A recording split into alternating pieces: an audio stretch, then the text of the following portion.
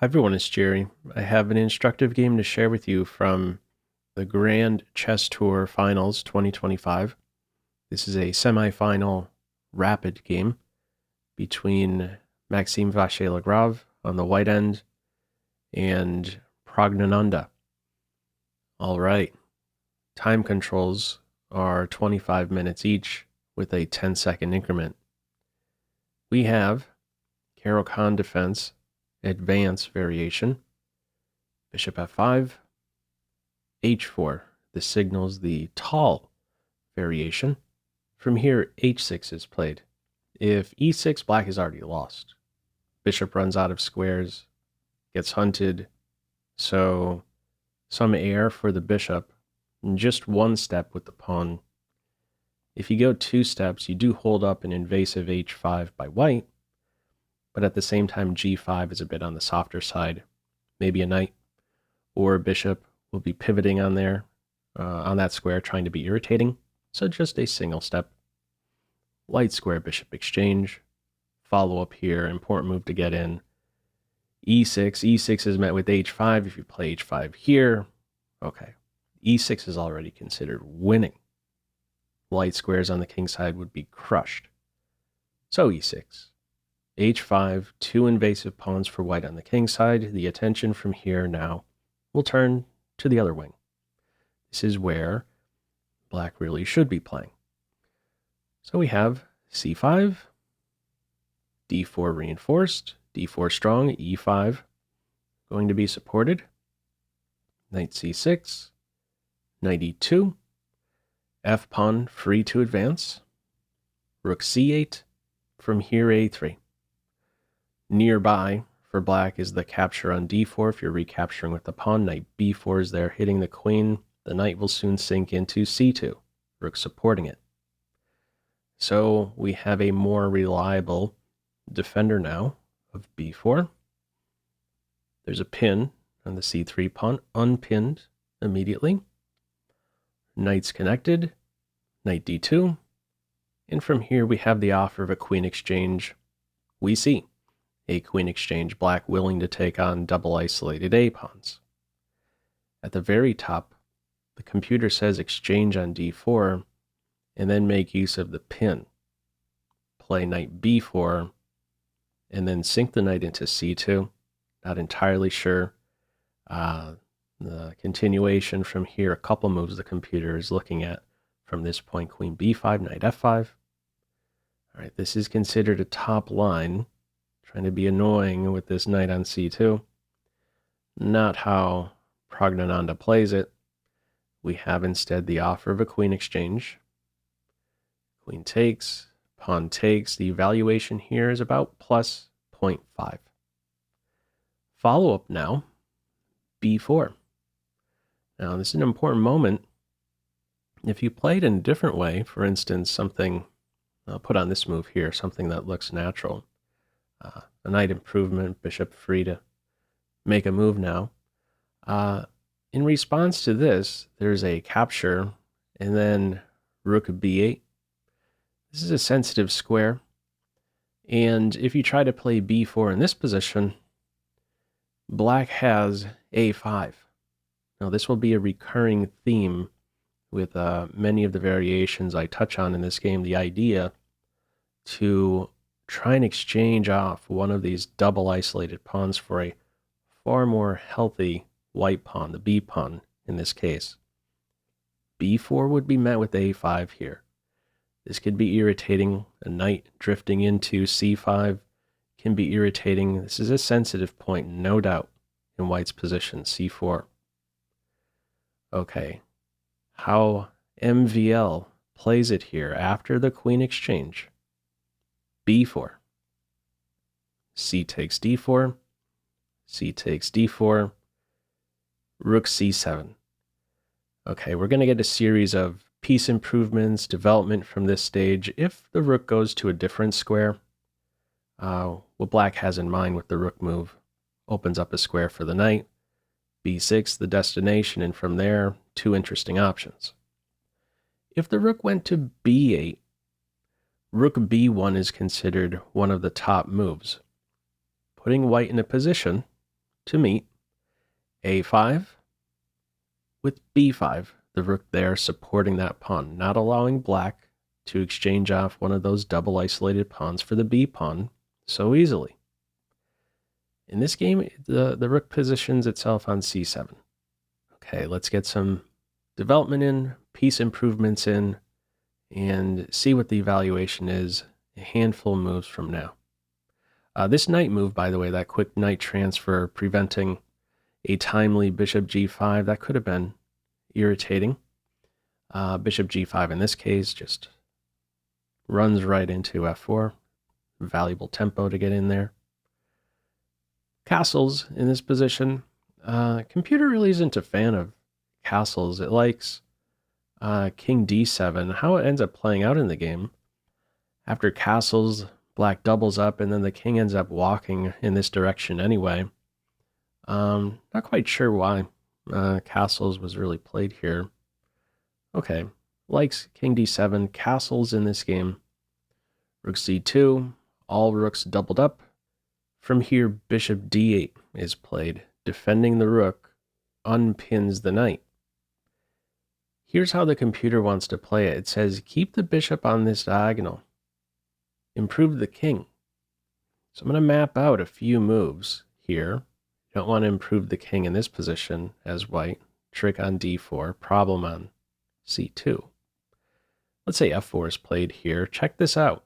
This is a very important sequence here. Wants to go with knight a4, kicking the bishop from its defense of a3. And now it says strike with a5. This is a window to undouble the pawns. From here, it notes knight b3, and an exchange is best. What would be the problem if b5 is played? It says black is winning. This shot would be available.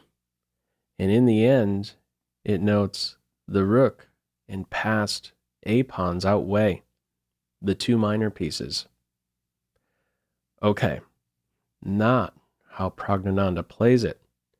What we're eventually going to be looking at is a minor piece specific ending. Bishop d8 played.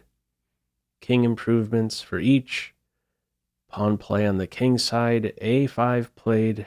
This is met with b5. Knight back. There go the rooks. And here we are. The evaluation is about +2. These three invasive pawns in a minor piece specific ending, 3 minor pieces each. Tough road ahead for black, but white here must be precise. I have a pop quiz for you, multiple choice pop quiz. Which of these 3 moves are you going with here? Knight c5, king e2, f4. Feel free to pause the video. Okay, at the top, the move played in the game. Knight c5. This is extremely important. If you go with king e2 or f4, I'll just put on king e2 to illustrate. In both cases, king e2, f4, black can respond with a6. Undoubling this pawn here calls this equal. It's important to not allow black to conveniently undouble the pawns here. Knight c5 interferes with this advance.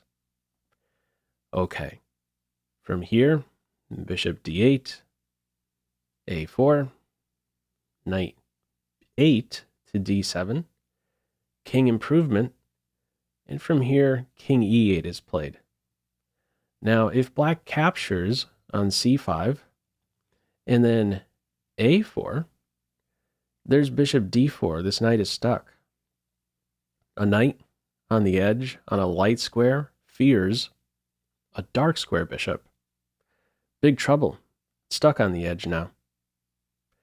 If you increase pressure on c5 in this position, there's knight b3. That point is reinforced. Knight does not have a move, and if the knight can't move, this pawn can't move. This pawn can't move. Black is in a giant knot. So that would not be a good path to try and swipe this A pawn. We have here king e8, f4, bishop e7, knight d to b3, knight c4. As soon as this square was available, knight hopping in, bishop c3, a5 now hit twice, knight 7 to b6, f5. Now what? This knight, top piece, this increased pressure now on e6, how do you hang on to it? King cannot improve to secure that point. So we see now the capture on c5. Knight captures, there's still an issue here. There's a square now for the king. Steps up to defend, but this bishop here, what a piece. I love this next move. Bishop e1, bishop definitely functioning like a bishop. Watchful eye on a5, and nearby there's bishop h4 check, and where's the king gonna go? Soon gonna be kicked. There's gonna be a problem on this e6 square. It's ready to fall. So black releases the tension. Follow up, knight b2. We exchange a pawns, bishop b4. This here, a dominant piece in this ending. Setting up now a discovery. We have king e8, knight takes knight, knight takes knight, and e6. Look at the king. Crushed by the pawn and bishop. Beautiful coordination. Black on his back foot. From here, knight b6, bishop c5, knight c8. This bishop is doing a number on the knight and king. What is black supposed to do? There isn't a good approach here. It's time to improve the king. King f3. Knight b6, king f4, looking to enter next. Black doesn't want to see that, so plays f6. f6 positionally gives away a pawn. Why am I saying that? These two pawns restrict these three. These two offset, these two offset. What pawn have I not highlighted? This one. White is essentially playing up a pawn here. The winning plan, move the king towards the towards the queen side and collect a pawn.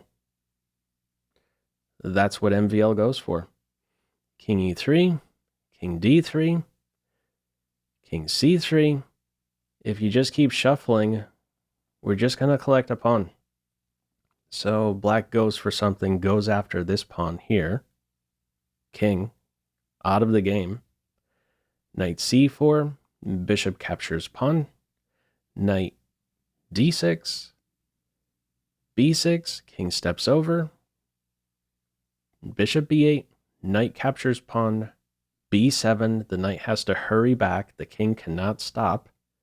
This pawn here, nice coordination yet again with bishop and pawn. Bishop ready to move next and then promotion. So it's knight e7, bishop d6, knight c6. It doesn't get better than this for the bishop. Look at this position. Look at the giant knot black is in. You could promote here and be winning. Not how MVL plays it. If you promote, knight takes, bishop takes, king steps up, collects the pawn, it's still considered a win. But just recognizing the restricted state black is in tells you don't rush with this advance. Knight's not going to go anywhere. A knight move to b8, you take the knight. Any other knight move, you get the queen and keep the queen. Maybe even just give checkmate. Let's examine the king for a second or two. Can't go to any of these squares. Has two squares alone for the rest of the game. Bishop crushing the king, the knight, This pawn can't move. This one can't move. This one should not move. Black has one pawn that could move in this position and a king that could just shuffle. The winning plan, now move towards the king side. There isn't an f5 pawn, a white pawn on f5, so there is a way, a path on the king side. After king e3, move 53, black resigns. What are you supposed to do here as black? The king is just going to march on up here and collect pawns. So just playing it out, a few moves. What might this look like? Probably won't see king f5 here, knight captures pawn is with check. The cleanest is to now promote, only after first improving the king a little bit. In this case, black won't be collecting the e6 pawn. This bishop returns to a golden square and you clean house from there. Really nice game, instructive ending play here by MVL. The bishop not only dominating the knight, but the king in this ending. Anyhow, your thoughts with this one, feel free as usual to leave any feedback to this video in the comment section below. I hope you enjoyed it and maybe took a thing or two away. That's all for now. Take care. Bye.